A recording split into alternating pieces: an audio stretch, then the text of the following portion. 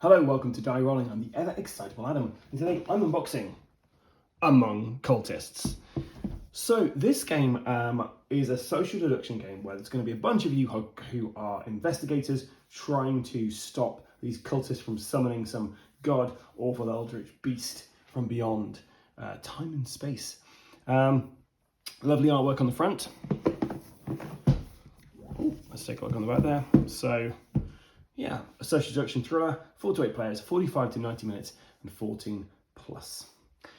It's also, interestingly, an optional night phase you can do with Becca Scott doing the voice there. Interesting. It's also got some nice like embossed kind of font on here, which is lovely. So what do we got? Well, we've got a couple of rule books here, all the different languages. So if, like me, you don't need these other languages, you can just get rid of those however you want to do that responsibly. Then we've got our rules themselves. So let's take a look through the rulebook. Components, which is always fantastic to get an idea what that is. We've got a little chart here to tell you which kind of how you structure the decks. How you set up the play area for the different players. Then actually go through all the play, all the phases in detail.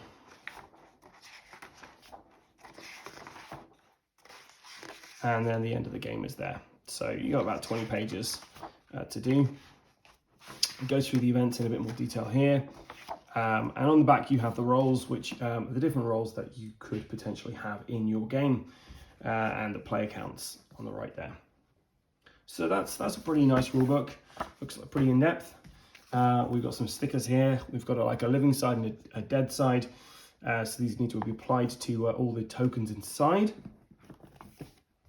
Speaking of tokens, we've got like our clock there, a couple of kind of monster symbols, I guess.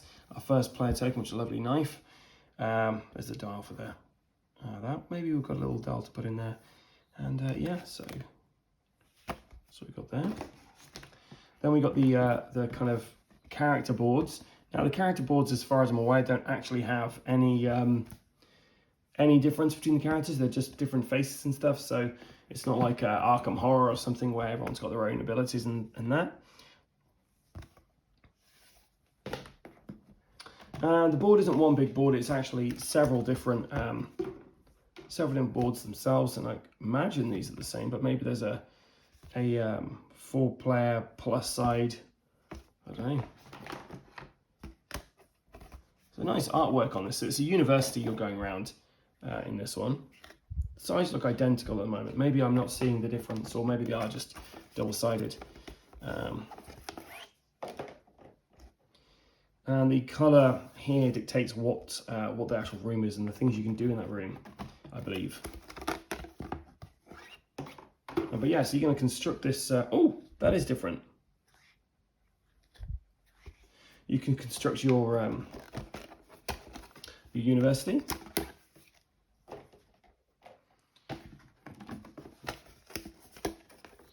Really nice artwork on here, lovely like little kind of details.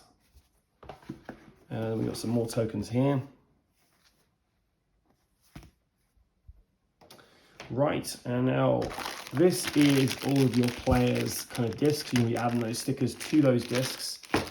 We've got a ton of baggies here to help you sort this out between games. Then we've got a bunch of cards, 2 lots of cards there. We've got a token bag, some more cards. Now these envelopes are lovely, very, very nicely embossed and stuff. So what you're basically going to do here is at the beginning of the game, once you've set up your decks of cards and who's going to be which role, you put them into these envelopes, you hand them out, shuffle them about and stuff obviously first, and then you take these out and they'll tell you your role, if you're an investigator or if you are on the side of evil. Let's take a look through some of these cards. So these are all the kind of health cards with your alive, and these are all living cards obviously. You could start the game actually not knowing you're dead. Bruce Willis style spoilers for one Bruce Willis film. Yep, if you guessed the film, it was Die Hard. He was dead the entire time. The plane actually crashed, and then the rest of it is just, yeah, it's just what he wished had happened. Maybe he had a heart attack on the plane. The plane didn't crash. I don't know. Then we've got these cards, which I don't know what they do. X's and X minus ones. We've got our dead cards, which you'll be putting in.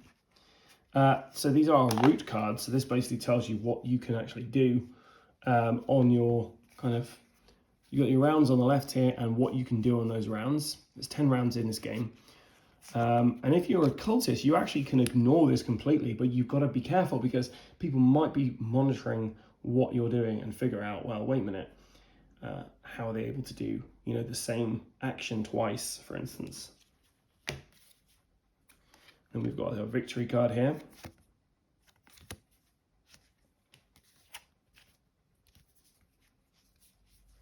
Some of these cards, which I don't know what they do. Maybe these are voting cards, I don't know. If only there was a rule book here which went through components that I could quickly look at and just refer to these very easily. And we got all the pluses and a couple of X's there. So that's everything you get inside here, and a nice kind of like organizer as well. Among Cultists looks like it's a really fun social deduction game. Social deduction games aren't for everybody, and a lot of these are more, these days, are a lot more abstract. But this looks like it's a proper board game with social deduction kind of really integrated into it. So yeah, we're going to have at least 5 people to play this. So stay tuned to the channel. We will be doing this in October because, you know, October is spooky season and I absolutely love spooky / horror themed games. So we will try and bring this to you on the channel in October. So stay tuned for that.